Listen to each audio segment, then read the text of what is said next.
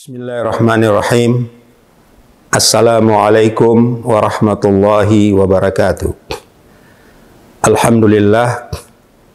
Alhamdulillahilladzi nazzalal furqana ala abdihi liyakuna lil alamina nadhira.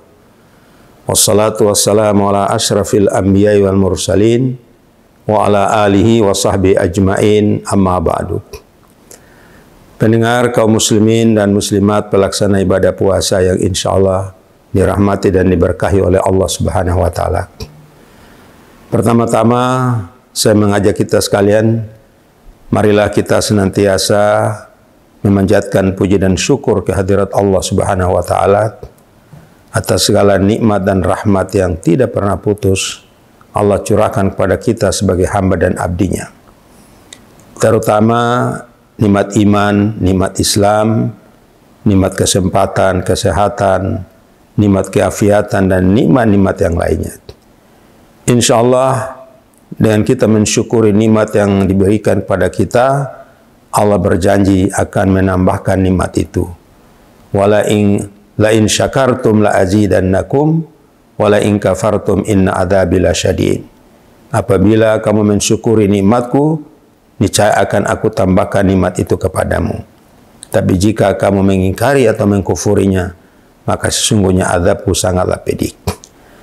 Salawat dan salam, marilah senantiasa kita tujukan kepada junjungan kita Al-Mustafa Habibullah Muhammad Rasulullah Sallallahu Alaihi Wasallam, para sahabat, keluarga, serta tabi'innya. Kaum muslimin dan muslimat pelaksana ibadah puasa yang berbahagia.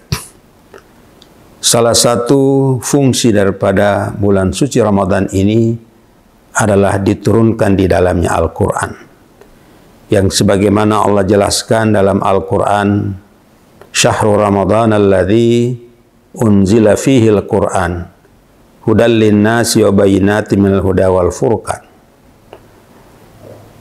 Sesungguhnya bulan Ramadan itu diturunkan di dalamnya Al-Quran sebagai pedoman hidup bagi umat manusia, sebagai penjelasan atas pedoman itu, dan juga sebagai pembeda antara yang hak dan yang batil.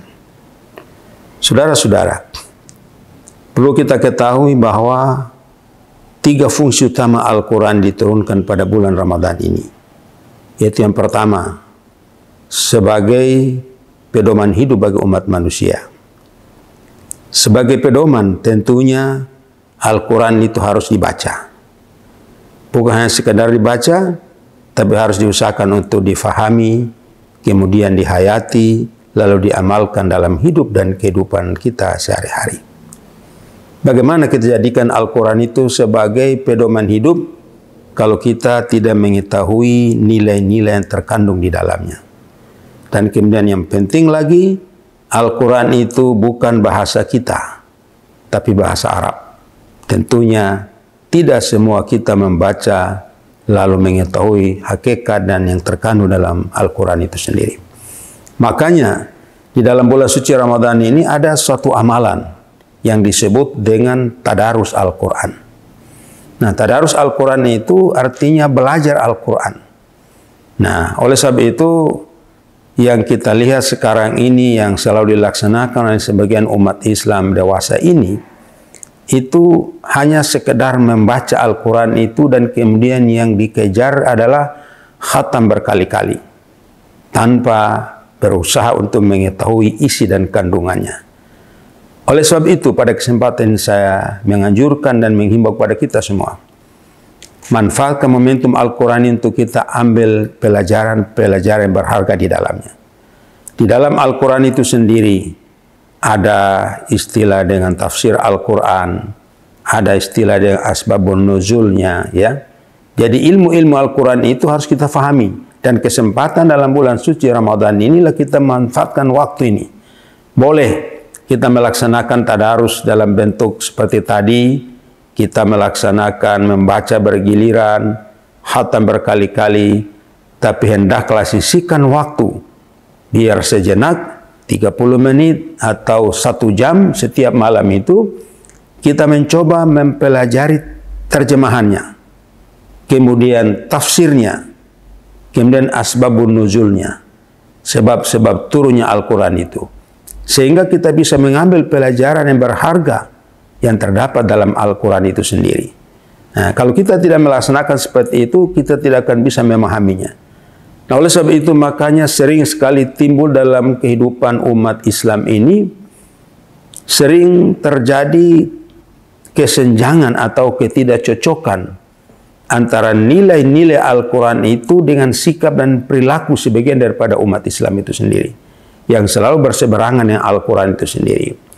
Jadi oleh sebab itu, momentum bulan suci Ramadan ini kita bertadarus Al-Quran, kita berusaha memahami isi dan kandungannya, kita mencari sebab-sebab latar belakang kenapa ayat itu turun, dan lain sebagainya.